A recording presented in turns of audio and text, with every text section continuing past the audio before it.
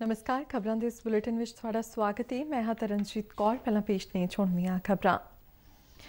प्रधानमंत्री नरेंद्र मोदी ने हिमाचल प्रदेश के रोहतांग विच विश्व की सब तो लंबी सुरंग अटल टनल राष्ट्र को समर्पित की थी। नरेंद्र मोदी ने कहा कि उन्हों की सरकार ने सरहदी मूल ढांचा के विकास लिए अपनी पूरी ताकत लगाई। प्रधानमंत्री ने अटल सुरंग को देश की सुरक्षा के लिहाज नाल महत्वपूर्ण दस्या। खेती सुधार कानूनों को लैके विरोधी पार्टियां के अंदोलन से तिखा हमला करदियां मोदी ने कहा कि उन्हों की सरकार ने देश और किसानों की भलाई बारे सोचा, जबकि विरोधी पार्टियां ने राजनीति को तरजीह दी। प्रकाश जावड़ेकर ने कहा कि खेती सुधार कानूनों को देश भर में किसानों की तरफों उत्साहजनक हुंगारा मिला है। जावड़ेकर ने पंजाब विच रोस प्रदर्शनों के पिछे श्रोमणी अकाली दल, कांग्रेस और आम आदमी पार्टी के सियासी हित दस्या।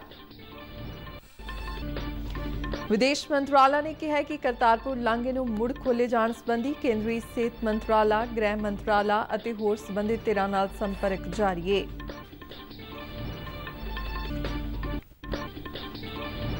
भारत ने पाकिस्तान वाले पासे बुद्धि रावी चैनल के पुल की उसारी ना किए जाने की निखेधी की। एम्स के मैडिकल बोर्ड ने अदाकार सुशांत सिंह राजपूत के कतल के दावियां नूं खारिज करदियां इसनूं फाहा लैके आत्म हत्या करन दा मामला दस्या। मैडिकल बोर्ड वालों अपनी अंतिम मैडिको लीगल रिपोर्ट CBI नूं सौंपी गई। भारत में कोरोना तो ठीक होने की दर 83.84 हुई। 79,476 नवे मामले सामने आने तो बाद देश में पुष्टि वाले कुल मामलों की संख्या 64,73,544 तक पहुंची। ते हुण खबरां विस्तार नाल। प्रधानमंत्री नरेंद्र मोदी ने आज हिमाचल प्रदेश के रोहतांग विच अटल टनल का उद्घाटन किया। अटल टनल विश्व की सब तो लंबी मुख मार्ग सुरंग है। 9.02 किलोमीटर लंबी यह सुरंग साल के 12 महीने ही मनाली नूं लाहौल स्पीति घाटी नाल जोड़दी है। अटल टनल नूं रणनीतिक तौर पर भी काफ़ी अहम समझा जा रहा है। पहलों घाटी भारी बर्फबारी कारण साल के 6 महीने बाकी हिस्से तो कट्टी रहिंदी सी। अटल सुरंग हिमालय दीआं पीर पंजाल पहाड़ियां विच अत आधुनिक मापदंडां अनुसार बनाई गई सुरंग है अते समुद्र तल तो 3000 मीटर की ऊंचाई ते स्थित है।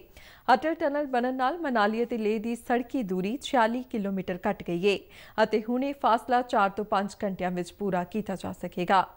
प्रधानमंत्री मनाली में अटल टनल के दक्षिणी पोर्टल तो उत्तरी पोर्टल से स्थित लाहौल स्पीति के शीशू तक गड्डी में सवार होकर गए। इस मौके उन्होंने उत्तरी तो दक्षिणी पोर्टल तक HRTC की बस सेवा भी हरी झंडी विखाई।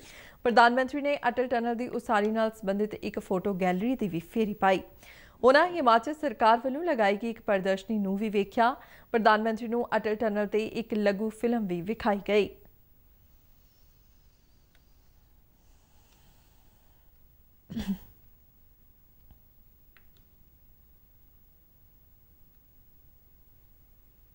उद्घाटनी समागम दौरान अपने संबोधन में प्रधानमंत्री ने कहा कि उन्होंने सरकार ने सरहदी मूल ढांचा के विकास लिए अपनी पूरी ताकत लगाई है।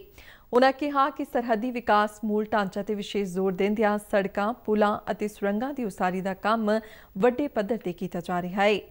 नरेंद्र मोदी ने कहा कि सरकार के इन्हां फैसलों का लाभ आम आदमी के नाल साडियां हथियारबंद फौजां नूं भी मिल रहा है। साथियों, अटल टनल हिमाचल प्रदेश के एक बड़े हिस्से के साथ साथ नए केंद्र शासित प्रदेश लेह लद्दाख की भी लाइफलाइन बनने वाला है। अब सही मायनों में हिमाचल प्रदेश का ये बड़ा क्षेत्र और लेह लद्दाख देश के बाकी हिस्सों से हमेशा जुड़े रहेंगे।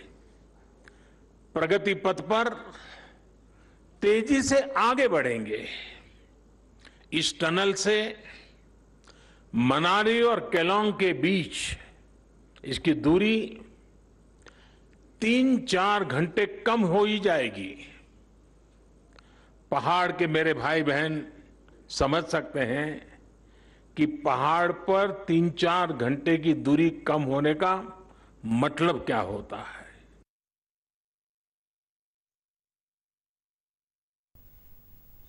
ਆਪਣੇ ਸੰਬੋਧਨ ਵਿੱਚ ਰੱਖਿਆ ਮੰਤਰੀ ਰਾਜਨਾਥ ਸਿੰਘ ਨੇ ਕਿਹਾ ਕਿ ਪ੍ਰਧਾਨ ਮੰਤਰੀ ਨਰਿੰਦਰ ਮੋਦੀ ਨੇ ਹਮੇਸ਼ਾ ਹੀ ਅਟਲ ਟਨਲ ਦੀ ਉਸਾਰੀ ਦੀ ਚਿੰਤਾ ਕੀਤੀ। ਉਨ੍ਹਾਂ ਕਿਹਾ ਕਿ ਅਟਲ ਟਨਲ ਦੀ ਉਸਾਰੀ ਲਈ ਸਰਹੱਦੀ ਸੜਕ ਸੰਗਠਨ ਦੀ BRO ਦੇ ਅਧਿਕਾਰੀਆਂ ਤੇ ਕਰਮਚਾਰੀਆਂ ਨੇ ਮੁਸ਼ਕਿਲ ਅਤੇ ਖਤਰਨਾਕ ਹਾਲਾਤ ਵਿੱਚ ਕੰਮ ਕਰਕੇ ਇਸ ਪ੍ਰੋਜੈਕਟ ਨੂੰ ਅੰਜਾਮ ਦਿੱਤਾ ਹੈ। ਰੱਖਿਆ ਮੰਤਰੀ ਨੇ ਅਟਲ ਟਨਲ ਨੂੰ ਹਿਮਾਚਲ ਪ੍ਰਦੇਸ਼ ਦੀ ਸਮਾਜਿਕ ਤੇ ਆਰਥਿਕ ਤੌਰ ਤੇ ਮਜ਼ਬੂਤੀ ਲਈ ਬਹੁਤ ਮਹੱਤਵਪੂਰਨ करार ਦਿੱਤਾ। जब से आपने प्रधानमंत्री के रूप में अपनी जिम्मेदारी संभाली है, बराबर इस अटल टनल रोहतांग के बारे में आपने चिंता की है, आपका इन्वॉल्वमेंट रहा है, जानकारी हासिल करते रहे कि क्या प्रगति है, और आपने इसकी विशेष चिंता की कि समय से यह टनल पूरा हो जाए। सामान्यतः हमने देखा होगा कोई प्रोजेक्ट होता है, कुछ समय के बाद उसकी प्रोजेक्ट कास्ट बढ़ जाती है, लेकिन जो प्रोजेक्ट कास्ट पहले से निर्धारित थी उसी प्रोजेक्ट कास्ट के अंतर्गत ही बॉर्डर रोड ऑर्गेनाइजेशन ने इस काम को पूरा किया है। इसलिए बॉर्डर रोड ऑर्गेनाइजेशन को इसके लिए मैं अपनी तरफ से हार्दिक बधाई देता हूं। ਅੱਜ ਦੇ ਸਮਾਗਮ ਨੂੰ ਹਿਮਾਚਲ ਪ੍ਰਦੇਸ਼ ਦੇ ਮੁੱਖ ਮੰਤਰੀ ਜੈਰਾਮ ਠਾਕੁਰ ਨੇ ਵੀ ਸੰਬੋਧਨ ਕੀਤਾ ਹੈ। ਇਸ ਮੌਕੇ ਕੇਂਦਰੀ ਵਿੱਤ ਰਾਜ ਮੰਤਰੀ Anurag Thakur, chief of defence staff general Bipin Rawat ਤੋਂ ਇਲਾਵਾ ਭਾਰਤੀ ਫੌਜ ਅਤੇ BRO ਦੇ ਸੀਨੀਅਰ ਅਧਿਕਾਰੀ ਵੀ ਮੌਜੂਦ ਸਨ। ਪ੍ਰਧਾਨ ਮੰਤਰੀ ਨਰਿੰਦਰ ਮੋਦੀ ਨੇ ਖੇਤੀ ਸੁਧਾਰ ਕਾਨੂੰਨਾਂ ਵਿਰੁੱਧ ਪ੍ਰਦਰਸ਼ਨਾਂ ਨੂੰ ਲੈ ਕੇ ਵਿਰੋਧੀ ਪਾਰਟੀਆਂ ਤੇ ਹਮਲਾ ਬੋਲਦਿਆਂ ਕਿਹਾ ਕਿ ਇਹਨਾਂ ਪਾਰਟੀਆਂ ਦਾ ਖੇਤੀ ਸੁਧਾਰਾਂ ਬਾਰੇ ਵੀ ਇਹੋ ਖਿਆਲ ਸੀ, ਪਰ ਉਹਨਾਂ ਚੋਣਾਂ ਦੇ ਮੱਦੇਨਜ਼ਰ ਇਹਨਾਂ ਸੁਧਾਰਾਂ ਨੂੰ ਲਾਗੂ ਕਰਨ ਦੀ ਹਿੰਮਤ ਨਹੀਂ ਕੀਤੀ। ਰੋਹਤਾਂਗ ਵਿੱਚ ਅਟਲ ਟਨਲ ਦੇ ਉਦਘਾਟਨ ਤੋਂ ਬਾਅਦ ਸੁਲੰਗ ਘਾਟੀ ਵਿੱਚ ਇੱਕ ਜਨਤਕ ਰੈਲੀ ਨੂੰ ਸੰਬੋਧਨ ਕਰਦਿਆਂ ਪ੍ਰਧਾਨ ਮੰਤਰੀ ਨੇ ਕਿਹਾ ਕਿ ਜੋ ਖੇਤੀ ਸੁਧਾਰ ਕਾਨੂੰਨਾਂ ਦਾ ਵਿਰੋਧ ਕਰ ਰਹੇ ਨੇ ਉਹ ਕਿਸਾਨਾਂ ਨੂੰ ਪਿਛਲੀ ਸਦੀ ਵਿੱਚ ਹੀ ਰਹਿਣ ਦੇਣਾ ਚਾਹੁੰਦੇ ਨੇ ਅਤੇ ਹੁਣ ਜਦ ਉਹਨਾਂ ਦੀ ਸਰਕਾਰ ਨੇ ਖੇਤੀ ਦੇ ਖੇਤਰ ਵਿੱਚ ਵਿਚੋਲਿਆਂ ਤੇ ਹਮਲਾ ਬੋਲਿਆ ਏ ਤਾਂ ਇਹ ਪਾਰਟੀਆਂ ਹਿਲ ਗਈਆਂ ਨੇ। ਆਪਣੇ ਸੰਬੋਧਨ ਵਿੱਚ ਪ੍ਰਧਾਨ ਮੰਤਰੀ ਨੇ ਨਵੇਂ ਕਿਰਤ ਕਾਨੂੰਨਾਂ ਦੇ ਫਾਇਦਿਆਂ ਦਾ ਵੀ ਜ਼ਿਕਰ ਕੀਤਾ। ਨਰਿੰਦਰ ਮੋਦੀ ਨੇ ਕਿਹਾ ਕਿ ਉਹਨਾਂ ਦੀ ਸਰਕਾਰ ਆਤਮ ਨਿਰਭਰ ਭਾਰਤ ਦੇ ਟੀਚੇ ਲਈ ਕੰਮ ਕਰਦੀ ਰਹੇਗੀ। ਉਹਨਾਂ ਕਿਹਾ ਕਿ ਨਵੇਂ ਕਿਰਤ ਕਾਨੂੰਨਾਂ ਨੇ ਮਹਿਲਾਵਾਂ ਨੂੰ ਪੁਰਸ਼ਾਂ ਦੇ ਬਰਾਬਰ ਤਨਖਾਹ ਅਤੇ ਮੌਕੇ ਦਿੱਤੇ ਨੇ।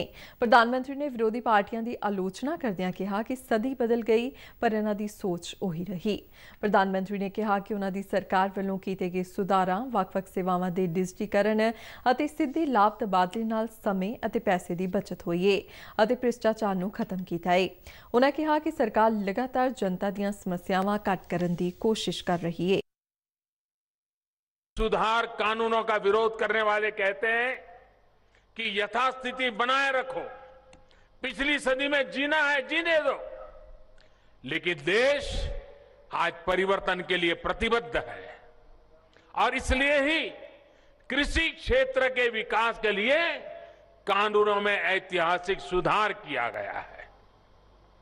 और ये जो सुधार है वो उन्होंने भी पहले सोचे थे, वे भी चाहते थे, सोच तो उनकी भी थी, हमारी भी, फुल स्टॉप कॉमा के साथ वही है, लेकिन उनमें हिम्मत की कमी थी। हमारे में हिम्मत है। उनके लिए चुनाव सामने थे, हमारे लिए देश सामने है, हमारे लिए हमारा देश का किसान सामने है, हमारे लिए हमारे देश का किसान का उज्जवल भविष्य सामने है और इसलिए हम फैसले लेकर के आगे किसान को ले जाना चाहते हैं। डिजिटल कन्वर्सन, डिजिटलीकरण ये कर दिया गया है। अब सैलरी पेंशन जैसी अनेक सुविधाओं के लिए बार बार दफ्तरों के चक्कर नहीं काटने पड़ते। पहले हिमाचल के दूर सुदूर क्षेत्रों के वहां से सिर्फ दस्तावेज के अटेस्टेशन के लिए हमारे युवा साथी, रिटायर्ड लोग, अफसरों, नेताओं के यहां चक्कर काटने पड़ते थे। अब दस्तावेजों के अटेस्टेशन की जरूरत को भी एक प्रकार से खत्म कर दिया है। आप याद करिए, पहले बिजली और टेलीफोन के बिल भरने के लिए पूरा दिन लग जाता था। आज ये काम आप घर बैठे पर क्लिक पर उंगली दबाल करके कर पा रहे हैं। अब बैंक से जुड़ी अनेक सेवाएं जो बैंक में जाकर थी मिलती थी, वो भी अब घर बैठे ही मिलने लगी है। ਕੇਂਦਰੀ ਮੰਤਰੀ ਪ੍ਰਕਾਸ਼ ਜਾਵੜੇਕਰ ਨੇ ਕਿਹਾ ਕਿ ਹਾਲ ਹੀ ਵਿੱਚ ਬਣਾਏ ਗਏ ਖੇਤੀ ਸੁਧਾਰ ਕਾਨੂੰਨਾਂ ਨੂੰ ਪੰਜਾਬ ਨੂੰ ਛੱਡ ਕੇ ਦੇਸ਼ ਭਰ ਵਿੱਚ ਕਿਸਾਨਾਂ ਦੀ ਤਰਫੋਂ ਉਤਸ਼ਾਹਜਨਕ ਹੁੰਗਾਰਾ ਮਿਲਿਆ ਹੈ। ਗੋਆ ਦੇ ਪਿੰਡ ਚੌਰਾਓ ਵਿੱਚ ਕਿਸਾਨਾਂ ਦੇ ਇੱਕ ਸਮੂਹ ਨੂੰ ਸੰਬੋਧਨ ਕਰਦਿਆਂ ਉਹਨਾਂ ਦੋਸ਼ ਲਗਾਇਆ ਕਿ ਪੰਜਾਬ ਵਿੱਚ ਹੋ ਰਹੇ ਰੋਸ ਪ੍ਰਦਰਸ਼ਨਾਂ ਪਿੱਛੇ ਸ਼੍ਰੋਮਣੀ ਅਕਾਲੀ ਦਲ, ਕਾਂਗਰਸ ਅਤੇ ਆਮ ਆਦਮੀ ਪਾਰਟੀ ਦੇ ਸਿਆਸੀ ਹਿੱਤ ਨੇ। ਜਾਵੜੇਕਰ ਨੇ ਕਿਹਾ ਕਿ ਨਰਿੰਦਰ ਮੋਦੀ ਸਰਕਾਰ ਹਰ ਕਿਸਾਨ ਨੂੰ ਨਿਆਂ ਦੇਣਾ ਚਾਹੁੰਦੀ ਹੈ, ਜਿਨ੍ਹਾਂ ਨਾਲ ਪਿਛਲੇ ਲੰਬੇ ਸਮੇਂ ਤੋਂ ਧੱਕਾ ਹੁੰਦਾ ਰਿਹਾ ਹੈ। ਕੇਂਦਰੀ ਮੰਤਰੀ ਨੇ ਕਿਹਾ ਕਿ ਭਾਜਪਾ ਆਗੂ ਖੇਤੀ ਕਾਨੂੰਨਾਂ ਦੇ ਮੁੱਦੇ ਤੇ ਦੇਸ਼ ਭਰ ਵਿੱਚ ਛੋਟੀਆਂ ਮੀਟਿੰਗਾਂ ਕਰ ਰਹੇ ਨੇ ਕਿਉਂ ਜੋ ਕੋਵਿਡ ਮਹਾਮਾਰੀ ਕਾਰਨ ਵੱਡੇ ਇਕੱਠ ਕਰਨ ਦੀ ਮਨਜ਼ੂਰੀ ਨਹੀਂ ਹੈ। ਉਨ੍ਹਾਂ ਐਨਸੀਪੀ ਮੁਖੀ ਅਤੇ ਸਾਬਕਾ ਕੇਂਦਰੀ ਮੰਤਰੀ ਖੇਤੀ ਮੰਤਰੀ ਸ਼ਰਦ ਪਵਾਰ ਤੇ ਸਵਾਮੀਨਾਥਨ ਰਿਪੋਰਟ ਲਾਗੂ ਕਰਨ ਵਿੱਚ ਅਸਫਲ ਰਹਿਣ ਦਾ ਇਲਜ਼ਾਮ ਲਗਾਇਆ। ਵਿਦੇਸ਼ ਮੰਤਰਾਲਾ ਨੇ ਕਿਹਾ ਕਿ ਕਰਤਾਰਪੁਰ ਲਾਂਘੇ ਨੂੰ ਮੁੜ ਖੋਲ੍ਹੇ ਜਾਣ ਬਾਰੇ ਫੈਸਲਾ ਕੋਵਿਡ ਪ੍ਰੋਟੋਕੋਲ ਅਤੇ ਪਾਬੰਦੀਆਂ ਨਰਮ ਕਰਨ ਦੇ ਲਿਹਾਜ਼ ਨਾਲ ਕੀਤਾ ਜਾਵੇਗਾ। ਵਿਦੇਸ਼ ਮੰਤਰਾਲਾ ਦੇ ਬੁਲਾਰੇ ਅਨੁਰਾਗ ਸ਼੍ਰੀਵਾਸਤਵ ਨੇ ਕਿਹਾ ਕਿ ਵਿਦੇਸ਼ ਮੰਤਰਾਲਾ ਗ੍ਰਹਿ ਅਤੇ ਸਿਹਤ ਤੇ ਪਰਿਵਾਰ ਭਲਾਈ ਮੰਤਰਾਲਿਆਂ ਸਮੇਤ ਹੋਰ ਵੱਖ-ਵੱਖ ਸੰਬੰਧਿਤ ਅਥਾਰਟੀਆਂ ਦੇ ਸੰਪਰਕ ਵਿੱਚ ਹੈ। ਅਨੁਰਾਗ ਸ਼੍ਰੀਵਾਸਤਵ ਨੇ ਪ੍ਰੈਸ ਕਾਨਫਰੰਸ ਦੌਰਾਨ ਪਾਕਿਸਤਾਨ ਵੱਲੋਂ ਕਰਤਾਰਪੁਰ ਲਾਂਘਾ ਮੁੜ ਖੋਲ੍ਹੇ ਜਾਣ ਦੇ ਪ੍ਰਸਤਾਵ ਬਾਰੇ ਪੱਤਰਕਾਰਾਂ ਦੇ ਇੱਕ ਸਵਾਲ ਦਾ ਜਵਾਬ ਦਿੰਦਿਆਂ ਕਿਹਾ ਕਿ ਪਿਛਲੇ ਸਾਲ ਕਰਤਾਰਪੁਰ ਲਾਂਘਾ ਖੋਲ੍ਹੇ ਜਾਣ ਸਮੇਂ ਅਤੇ ਅਕਤੂਬਰ 2019 ਵਿੱਚ ਦੁਵੱਲੇ ਸਮਝੌਤੇ ਦੌਰਾਨ ਇਹ ਫੈਸਲਾ ਕੀਤਾ ਗਿਆ ਸੀ ਕਿ ਦੋਵੇਂ ਹੀ ਧਿਰਾਂ ਬੁੱਧੀ ਰਾਵੀ ਚੈਨਲ ਤੇ ਆਪਣੇ ਪਾਸੇ ਲੋੜੀਂਦੀਆਂ ਮੂਲ ਢਾਂਚਾ ਉਸਾਰੀਆਂ ਕਰਨਗੀਆਂ ਤਾਂ ਜੋ ਸ਼ਰਧਾਲੂਆਂ ਦੀਆਂ ਸੁਰੱਖਿਅਤ ਅਤੇ ਸੁਚਾਰੂ ਢੰਗ ਨਾਲ ਆਵਾਜਾਈ ਹੋ ਸਕੇ। ਉਨ੍ਹਾਂ ਕਿਹਾ ਕਿ 1 ਸਾਲ ਬੀਤ ਜਾਣ ਤੋਂ ਬਾਅਦ ਵੀ ਪਾਕਿਸਤਾਨ ਨੇ ਅਜੇ ਆਪਣੇ ਹਿੱਸੇ ਦਾ ਪੁਲ ਨਹੀਂ ਬਣਾਇਆ, ਜਦਕਿ ਭਾਰਤ ਵਾਲੇ ਪਾਸੇ ਪੁਲ ਤਿਆਰ ਹੈ। ਉਨ੍ਹਾਂ ਦੱਸਿਆ ਕਿ ਇਸ ਸੰਬੰਧੀ ਪਾਕਿਸਤਾਨ ਦੇ ਅਧਿਕਾਰੀਆਂ ਦੀ ਤਕਨੀਕੀ ਮੀਟਿੰਗ ਵੀ ਕਰਵਾਈ ਗਈ। ਦੋਵੇਂ ਮੁਲਕਾਂ ਦੀਆਂ ਤਕਨੀਕੀ ਟੀਮਾਂ ਨੇ ਇਸ ਸਾਲ 27 ਅਗਸਤ ਨੂੰ ਇਸ ਤੇ ਚਰਚਾ ਕੀਤੀ। ਇਸ ਦੇ ਬਾਵਜੂਦ ਅਜੇ ਤੱਕ ਪਾਕਿਸਤਾਨ ਵਾਲੇ ਪਾਸੇ ਕੋਈ ਪ੍ਰਗਤੀ ਨਹੀਂ ਹੋਈ ਹੈ। ਜ਼ਿਕਰਯੋਗ ਹੈ ਕਿ ਕਰਤਾਰਪੁਰ ਲਾਂਘੇ ਰਾਹੀਂ ਆਵਾਜਾਈ ਕੋਰੋਨਾ ਵਾਇਰਸ ਕਾਰਨ ਰੋਕ ਦਿੱਤੀ ਗਈ ਸੀ। ਏਮਸ ਦੇ ਮੈਡੀਕਲ ਬੋਰਡ ਨੇ ਅਦਾਕਾਰ ਸੁਸ਼ਾਂਤ ਸਿੰਘ ਰਾਜਪੂਤ ਦੇ ਕਤਲ ਦੀਆਂ ਸੰਭਾਵਨਾਵਾਂ ਨੂੰ ਖਾਰਿਜ ਕਰਦਿਆਂ ਕਿਹਾ ਹੈ ਕਿ ਇੱਕ ਫਾਹਾ ਲੈ ਕੇ ਆਤਮ ਹੱਤਿਆ ਕਰਨ ਦਾ ਮਾਮਲਾ ਸੀ। ਏਮਸ ਦੇ ਫੋਰੈਂਸਿਕ ਡਾਕਟਰਾਂ ਦੀ 6 ਮੈਂਬਰੀ ਟੀਮ ਨੇ ਆਪਣੀ ਅੰਤਿਮ ਮੈਡੀਕੋ ਲੀਗਲ ਰਿਪੋਰਟ ਵਿੱਚ ਇਹਨਾਂ ਦਾਅਵਿਆਂ ਦਾ ਖੰਡਨ ਕੀਤਾ ਹੈ ਕਿ ਸੁਸ਼ਾਂਤ ਸਿੰਘ ਰਾਜਪੂਤ ਨੂੰ ਜ਼ਹਿਰ ਦੇ ਕੇ ਗਲਾ ਘੁੱਟ ਕੇ ਮਾਰਿਆ ਗਿਆ। ਫੋਰੈਂਸਿਕ ਮੈਡੀਕਲ ਟੀਮ ਦੇ ਮੁਖੀ ਡਾਕਟਰ ਸੁਧੀਰ ਗੁਪਤਾ ਨੇ ਦੱਸਿਆ ਕਿ ਉਹਨਾਂ ਸੁਸ਼ਾਂਤ ਸਿੰਘ ਰਾਜਪੂਤ ਦੀ ਮੌਤ ਬਾਰੇ ਆਪਣੀ ਅੰਤਿਮ ਰਿਪੋਰਟ ਸੀਬੀਆਈ ਨੂੰ ਸੌਂਪ ਦਿੱਤੀ ਹੈ। ਉਹਨਾਂ ਕਿਹਾ ਕਿ ਫੰਦੇ ਨੂੰ ਛੱਡ ਕੇ ਸੁਸ਼ਾਂਤ ਸਿੰਘ ਰਾਜਪੂਤ ਦੇ ਸਰੀਰ ਤੇ ਜ਼ਖਮ ਦੇ ਹੋਰ ਕੋਈ ਨਿਸ਼ਾਨ ਨਹੀਂ ਸਨ ਅਤੇ ਨਾ ਹੀ ਸੁਸ਼ਾਂਤ ਸਿੰਘ ਵੱਲੋਂ ਜੱਦੋਜਹਿਦ ਕਰਨ ਦੀ ਕੋਈ ਨਿਸ਼ਾਨੀ ਮਿਲੀ ਹੈ। 34 ਵਰ੍ਹਿਆਂ ਦੇ ਨਾਮਵਰ ਬਾਲੀਵੁੱਡ ਅਦਾਕਾਰ ਸੁਸ਼ਾਂਤ ਸਿੰਘ ਰਾਜਪੂਤ 14 ਜੂਨ ਨੂੰ ਮੁੰਬਈ ਦੇ ਬਾਂਦਰਾ ਵਿੱਚ ਆਪਣੇ ਅਪਾਰਟਮੈਂਟ ਵਿੱਚ ਫੰਦੇ ਨਾਲ ਲਟਕੇ ਮਿਲੇ ਸਨ। ਸੀਬੀਆਈ ਨੇ ਬਿਹਾਰ ਪੁਲਿਸ ਤੋਂ ਜਾਂਚ ਦਾ ਕੰਮ ਆਪਣੇ ਜ਼ਿੰਮੇ ਲਿਆ ਸੀ। ਪਟਨਾ ਵਿੱਚ ਰਹਿੰਦੇ ਸੁਸ਼ਾਂਤ ਸਿੰਘ ਦੇ ਪਿਤਾ ਕੇ ਸਿੰਘ ਨੇ ਸੁਸ਼ਾਂਤ ਸਿੰਘ ਦੀ ਮਹਿਲਾ ਮਿੱਤਰ ਰੀਆ ਚੱਕਰਵਰਤੀ ਅਤੇ ਉਸਦੇ ਪਰਿਵਾਰ ਤੇ ਸੁਸ਼ਾਂਤ ਸਿੰਘ ਦੀ ਹੱਤਿਆ ਦਾ ਇਲਜ਼ਾਮ ਲਗਾਇਆ ਸੀ। ਵਿਸ਼ਵ ਵਿੱਚ ਕੋਰੋਨਾ ਤੋਂ ਠੀਕ ਹੋਣ ਦੇ ਅੰਕੜੇ ਦੇ ਮਾਮਲੇ ਵਿੱਚ ਭਾਰਤ ਦਾ ਸਿਖਰਲੀ ਥਾਂ ਤੇ ਕਬਜ਼ਾ ਬਰਕਰਾਰ ਹੈ। ਦੇਸ਼ ਵਿੱਚ ਕੋਰੋਨਾ ਤੋਂ ਠੀਕ ਹੋਣ ਵਾਲੇ ਲੋਕਾਂ ਦੀ ਸੰਖਿਆ 54 ਲੱਖ ਤੋਂ ਪਾਰ ਹੋ ਗਈ ਹੈ, ਜੋ ਪੂਰੇ ਵਿਸ਼ਵ ਵਿੱਚ ਕੋਰੋਨਾ ਨੂੰ ਮਾਤ ਦੇਣ ਵਾਲੇ ਲੋਕਾਂ ਦੀ ਕੁੱਲ ਸੰਖਿਆ ਦਾ 21% ਬਣਦਾ ਹੈ, ਜਦਕਿ ਕੋਰੋਨਾ ਦੀ ਪੁਸ਼ਟੀ ਵਾਲੇ ਵਿਸ਼ਵ ਦੇ ਕੁੱਲ ਕੇਸਾਂ ਦੇ 18.6% ਕੇਸ ਭਾਰਤ ਵਿੱਚ ਨੇ।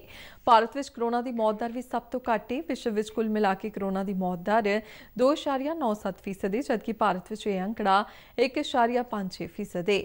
ਪ੍ਰਤੀ ਮਿਲੀਅਨ ਆਬਾਦੀ ਦੇ ਪਿੱਛੇ ਮੌਤਾਂ ਭਾਰਤ ਵਿੱਚ ਸਭ ਤੋਂ ਘੱਟ ਨੇ। ਕੇਂਦਰੀ ਸਿਹਤ ਮੰਤਰਾਲਾ ਅਨੁਸਾਰ ਬੀਤੇ ਦਿਨ ਭਾਰਤ ਵਿੱਚ 75,628 ਕੋਵਿਡ ਮਰੀਜ਼ ਸਿਹਤਯਾਬ ਹੋਏ, ਜਿਸ ਮਗਰੋਂ ਕੋਰੋਨਾ ਤੋਂ ਠੀਕ ਹੋਣ ਦੀ ਦਰ 83.84% ਹੋ ਗਈ ਹੈ। ਪੰਜਾਬ ਵਿੱਚ ਵੱਖ-ਵੱਖ ਸਿਆਸੀ ਪਾਰਟੀਆਂ ਤੇ ਜਥੇਬੰਦੀਆਂ ਵੱਲੋਂ ਖੇਤੀ ਕਾਨੂੰਨਾਂ ਵਿਰੁੱਧ ਪ੍ਰਦਰਸ਼ਨ ਜਾਰੀ ਨੇ। ਕਾਂਗਰਸੀ ਲੀਡਰ ਰਾਹੁਲ ਗਾਂਧੀ ਭਲਕੇ ਮੋਗਾ ਜ਼ਿਲ੍ਹੇ ਦੇ ਬਦਨੀ ਕਲਾ ਪਿੰਡ ਵਿੱਚ ਇਹਨਾਂ ਕਾਨੂੰਨਾਂ ਦੇ ਵਿਰੋਧ ਵਿੱਚ ਪਾਰਟੀ ਵੱਲੋਂ ਆਯੋਜਿਤ ਕੀਤੀ ਜਾ ਰਹੀ ਟਰੈਕਟਰ ਰੈਲੀ ਦੀ ਅਗਵਾਈ ਕਰਨਗੇ। ਇਸ ਰੈਲੀ ਵਿੱਚ ਪੰਜਾਬ ਦੇ ਮੁੱਖ ਮੰਤਰੀ ਕੈਪਟਨ ਅਮਰਿੰਦਰ ਸਿੰਘ, ਕਾਂਗਰਸ ਪਾਰਟੀ ਦੇ ਕੌਮੀ ਜਨਰਲ ਸਕੱਤਰ ਅਤੇ ਪੰਜਾਬ ਮਾਮਲਿਆਂ ਦੇ ਇੰਚਾਰਜ ਹਰੀਸ਼ ਰਾਵਤ, ਸੂਬਾ ਕਾਂਗਰਸ ਦੇ ਮੁਖੀ ਸੁਨੀਲ ਜਾਖੜ ਅਤੇ ਕਈ ਹੋਰ ਕਾਂਗਰਸੀ ਲੀਡਰ ਵੀ ਮੌਜੂਦ ਰਹਿਣਗੇ। ਇਸੇ ਤਰ੍ਹਾਂ 5 ਤਰੀਕ ਨੂੰ ਵੀ ਸੰਗਰੂਰ ਜ਼ਿਲ੍ਹੇ ਵਿੱਚ ਰੈਲੀ ਕੀਤੀ ਜਾਵੇਗੀ। ਤੀਜੀ ਅਤੇ ਅੰਤਿਮ ਰੋਸ ਰੈਲੀ ਪਟਿਆਲਾ ਜ਼ਿਲ੍ਹੇ ਦੇ ਸਮਾਣਾ ਵਿੱਚ 6 ਅਕਤੂਬਰ ਨੂੰ ਹੋਵੇਗੀ। ਸੀਟੂ ਪੰਜਾਬ ਦੀ ਅਗਵਾਈ ਵਿੱਚ ਅੱਜ ਆਂਗਨਵਾੜੀ ਵਰਕਰਾਂ ਅਤੇ ਹੈਲਪਰਾਂ ਵੱਲੋਂ ਗੁਰਦਾਸਪੁਰ ਦੇ ਦੀਨਾਨਗਰ ਵਿੱਚ 3 ਤੋਂ 6 ਸਾਲ ਤੱਕ ਦੀ ਉਮਰ ਦੇ ਬੱਚਿਆਂ ਨੂੰ ਪ੍ਰੀ ਪ੍ਰਾਇਮਰੀ ਸਕੂਲਾਂ ਵਿੱਚ ਦਾਖਲ ਕਰਕੇ ਸੰਗਠਿਤ ਬਾਲ ਵਿਕਾਸ ਸੇਵਾਵਾਂ ਨੂੰ ਖਤਮ ਕਰਨ ਦੀ ਕੋਸ਼ਿਸ਼ ਦਾ ਇਲਜ਼ਾਮ ਲਗਾਉਂਦਿਆਂ ਵਿਰੋਧ ਪ੍ਰਦਰਸ਼ਨ ਕੀਤੇ ਗਏ।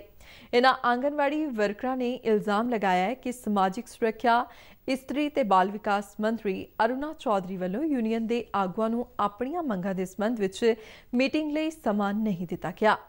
ਆਈਫਾ ਜਥੇਬੰਦੀ ਦੀ ਕੌਮੀ ਪ੍ਰਧਾਨ ਊਸ਼ਾ ਰਾਣੀ ਤੋਂ ਇਲਾਵਾ ਸੀਟੂ ਦੇ ਜਨਰਲ ਸਕੱਤਰ ਰਘੁਨਾਥ ਸਿੰਘ, ਪ੍ਰਧਾਨ ਮਹਾ ਸਿੰਘ ਰੋੜੀ ਅਤੇ ਆਂਗਨਵਾੜੀ ਮੁਲਾਜ਼ਮ ਯੂਨੀਅਨ ਦੀ ਸੂਬਾਈ ਪ੍ਰਧਾਨ ਹਰਜੀਤ ਕੌਰ ਪੰਜੋਲਾ ਨੇ ਵੀ ਰੋਸ ਰੈਲੀ ਨੂੰ ਸੰਬੋਧਨ ਕੀਤਾ ਹੈ। ਤੇ ਇਸ ਦੇ ਨਾਲ ਹੀ ਖਬਰਾਂ ਦਾ ਇਹ ਬੁਲੇਟਿਨ ਖਤਮ ਹੁੰਦਾ ਹੈ। ਆਗਿਆ ਦਿਓ, ਨਮਸਕਾਰ।